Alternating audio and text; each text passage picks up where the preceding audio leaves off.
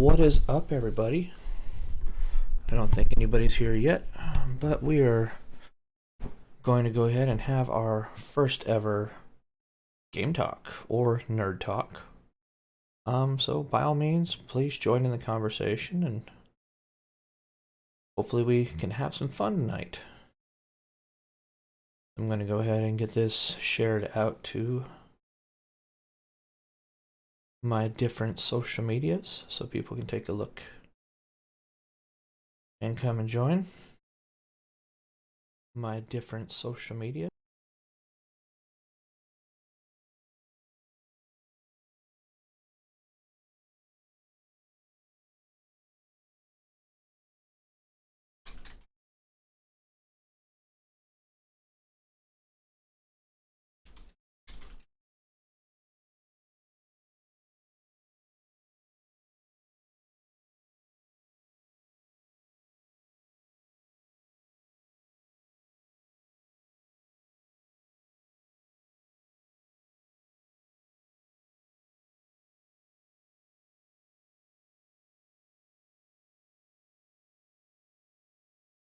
All right.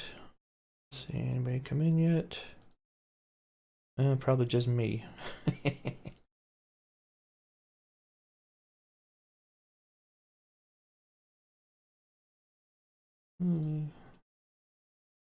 Oop. Put it on ours too. There we go. All right. What is up? What is up, everybody? How's everybody doing? I think I got at least one person in here watching right now. I do appreciate you coming in.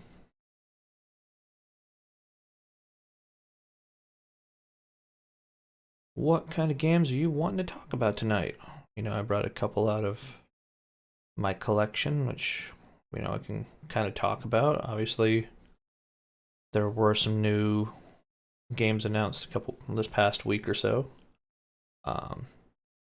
Well, at least a remake of two games from the original PlayStation, and I don't know if maybe it's going to be a little bit of the Dreamcast version as well. So, obviously, Tony Hawk is pretty hard and heavy right now when it comes to a lot of people. So let me see what I got here. Brought a little stack of games. So we do have OG Tony Hawk Pro Skater. Don't mind little tags that are on there. That's when I was doing wheeling and dealing of games, and $5 at the time really wasn't too bad. Might be worth $6 now, I don't know. And we also have Pro Skater 2. So both great games. The things that really set them apart from many of the other games that were on the market, especially at the time, was they actually had decent soundtracks. Many of the other games that came out, they tried to get good soundtracks, but they really fell flat.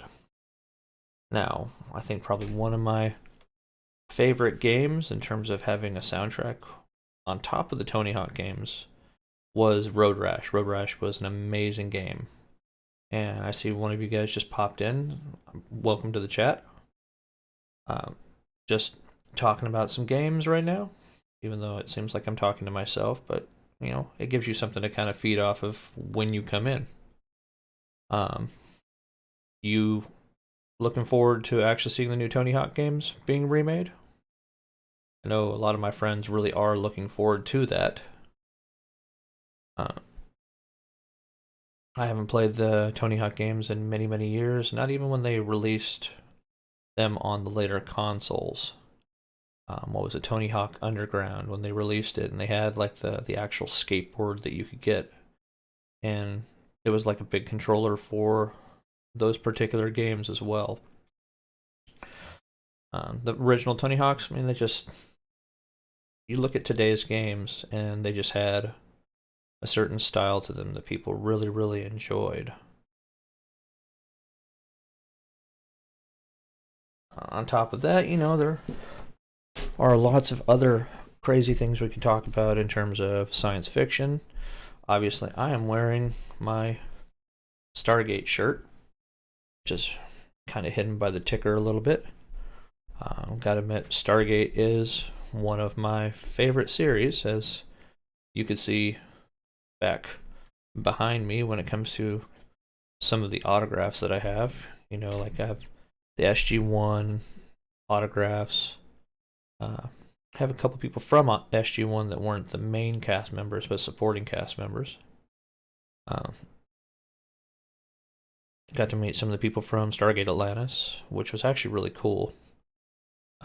I really love the Stargate series in general. I've been watching it a bit lately, probably more than I should have.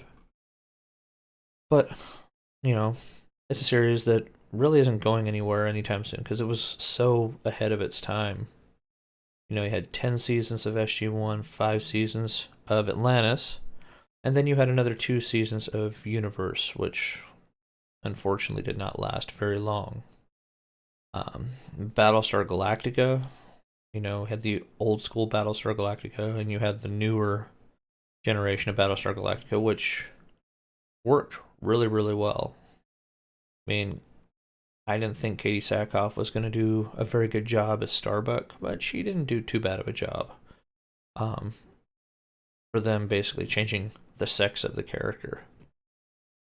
Now that she's going to actually be in the new Mandalorian season 2, as well as many other celebrities that, you know, they've been trying to hire into the series. Hopefully, I'm hoping that the Mandalorian season 2 is going to be just as good as season 1, if not better. I guess first season is always kind of like a test season to see how people are actually wanting to watch the series. So, or what they're really enjoying when it comes to the series. I guess in that case, it's the child, if not, you know, Baby Yoda. You know, their IGN ended up releasing that crazy trailer for season 2, which really wasn't a legitimate trailer, especially if you go look at my video that I posted for that. It was a little bit off the wall with Stoner Yoda, or Stoner Child, however you want to call it. But they did release the trailer on April 20th. You know, it's the International Stoner Day. What can I say? It's not for everybody. No, it's definitely not for me. In terms of games, hey, I'm good with the games. I'm good with games. I'm good with everything else. But and let's see, what else can we talk about? Obviously, we have Final Fantasy VII Remake. We have all the Resident Evils. Looks like they are talking about remaking Resident Evil Code Veronica, which actually I do have on the Dreamcast. I just didn't bring that one in here with me. Notable games I would probably like to see a remake on would be maybe Final Fantasy Tactics. Final Fantasy Tactics, I think, would be a great game. Good opportunity for Square Enix, Squeenix, to remake and re-release. You know, I know that they did release it on a couple of handhelds. On the, I think it was the DS. Was it the DS or Game Boy Advance? I think it was the DS they released it. Not quite the same thing. You got games such as Final Fantasy IV, which is still a great game, which they did release on the handhelds again, on the Game Boy Advance and a couple of other ones. But Chrono Trigger. Chrono Trigger would be an amazing game for them to remake, re-release, maybe add new sprites, and just make the game look a whole lot better. Whether they put it on PlayStation, on the Xbox, or even the Switch, it could use a good update and upgrade, maybe with some good animations. You know, Kojima, not Hideo Kojima, Akira Toriyama could do some new cutscenes, since he's, you know, back in the game doing cutscenes for things like Dragon Ball Super and things like that. Um, Obviously, we already have this bad boy that's been remade, uh, which is actually right above my right shoulder back there, on sitting on top of the PlayStation, which I haven't had much of a chance to really sit down and play much more than just an hour.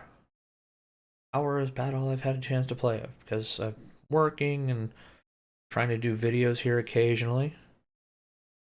Uh, and of course, I've been kind of getting sucked up into watching different series that I've had in the past. You know, I started watching Arrow again. Um, I got through 3 seasons of Arrow straight up just before they had the crisis. I've been watching Stargate a bit here and there. Just watched a couple of movies tonight. Um, what was it I watched? It was Never Back Down, parts 1 and 2. Michael J. White, or Michael J. White, whatever you want to call him, aka Spawn, which really was not the best science fiction comic book movie. But, you know, at least they tried. I guess they tried. Uh, John Leguizamo as the Eradicator, if I'm not mistaken. He did a pretty horrible part. Oh, it was pretty bad. They probably should have been just made at that time period animated movies of Spawn. I know they already had done it on for the Max, which they'd put that on MTV, which made absolutely no sense to me. The art was really good on the Max, so that really wasn't a bad idea. I would have liked to have seen maybe Lady Death as a good animated movie, like a one-off. Um, but I think when I was younger and I liked Lady Death, it's because she didn't wear too much clothing, which would make the teenagers go crazy. Mm-hmm. They already did it enough when it came to Tomb Raider. Even though Angelina Jolie did play a really good Tomb Raider character.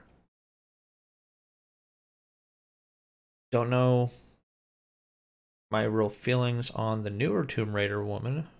She didn't do too bad of a job. I just personally think she was a little too young for the actual part that they gave her.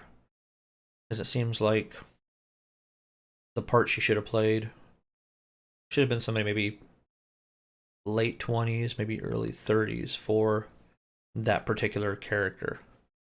Um, they didn't quite go that direction, so unfortunately, they made her a little young. But the story was still good. It was pretty good. It would have been nice to have seen maybe Angelina Jolie make a cameo in it. Not like the Baywatch movie, because we just don't talk about that.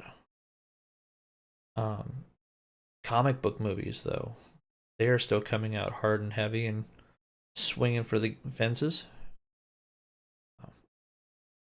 You know, you got, was it new Thor coming out? You got the new Wonder Woman coming out. It was 1981. You got the new Guardians of the Galaxy being worked on. So all three of those movies are looking like they're going to be pretty good. It just kind of stinks that some of them did get pushed back because of the virus that's going on. And the $1 million question is are they going to actually be released in movie theaters? I don't know. You know, I think Wonder Woman got pushed back until what, like June or July. So it's kind of a toss up to say yes, it's going to come out, or no, it's not going to come out. Um, if the theaters aren't able to open back up in a majority of the states, they're most likely going to do an online release, or they may just have to keep pushing it back. I don't think the studios want to have huge blowback like they did with oh, what is it? Was it Trolls? That was like the biggest dumbest thing they've ever had an issue with. It's like, come on. It's due out. People are expecting it. Instead of forcing the people to go to the movie theaters and spend, $100 for a whole family to go see the movie, let them buy it at home. Let them stay at home. Buy their own popcorn. They cut out the middleman at that point.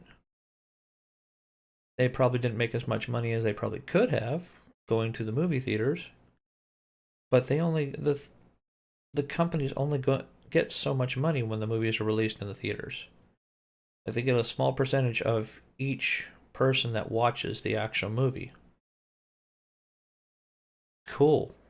However, a lot of that money goes right to the theaters as well.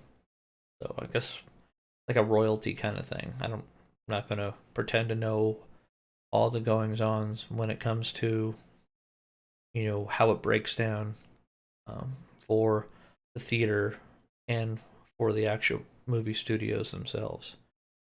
Uh, I know when it comes to the actual actors, they get a piece of every little thing that is sold um, in terms of digital rights and things like that. There's so many different things that are in contracts for the movie for the actors and the movie stars and anybody else that's really involved. So many people get money whenever people go to watch each of these movies. So I tried to do a little bit of extra work when I lived in California. I'm not gonna lie, it was cool, but I mean the extras don't get paid that much money.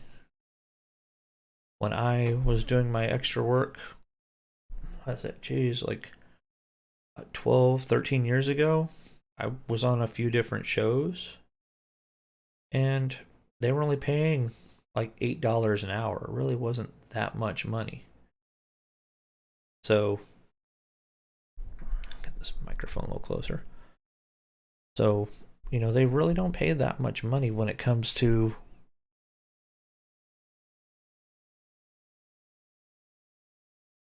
being a background actor. It doesn't matter if you're just standing there or if you're running around playing basketball, being a police officer, which that's basically what I did in the 3 shows that I was on. Um, I think one of them I was cut out of the scene. That was season 1, episode 2 of NCIS. I was in one of the first scenes when, if you watch the episode, was a guy who fell to his death. His parachute had been cut, and he fell through the top of a Humvee or truck where a guy and a girl were trying to make out and such. And I was just an MP that was sitting behind or standing in the background, my hands behind my back, guarding the whole area. So that was actually pretty cool. I didn't get a chance to do much more than that, but it was like 2 days of recording just standing there like that. I was also in a show called Las Vegas, where thankfully that was only about 3 miles away from where I lived in Pasadena, California. I only worked for about 45 minutes and I got paid for 8 hours. So that was pretty good. I was a police officer in that show. For some reason, they were casting me. I guess I had the look of a police officer or military police or, something to that extent. So being that I was able to do that, it was pretty cool. It was an experience is really what it turned into. And there was another one called American Dreams. I had the somewhat now more well-known Brittany Snow in it. I was able to actually be a basketball player in that one, and I did pretty good until I fell on my butt on camera. And the director wanted to keep it. I don't know if he actually did. I could not tell you the actual episode that it was because I think it got canceled not too long after that. So I think it was the last season, bro. I think there were only 3 seasons. Only 2 of them actually got released on DVD. So there's a season 3, I think, somewhere out there. I just can never find it in terms of being able to stream it or download it or do anything that I might be able to see myself on camera and say, hey, that was me. I was the guy with the glasses that should not have been wearing the glasses. Until they asked me, can you see? And I said, no. Now I'd be able to do it because, well, I had LASIK many, many years ago. So that was when I was trying to become a police officer. But that's a completely different story.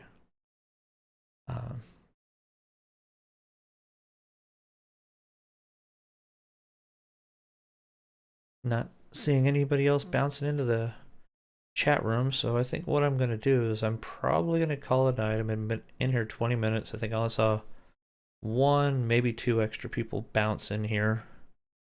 So maybe I'm just doing it a little too late, even though most people I know are on the East Coast or 1 or 2 hours behind me.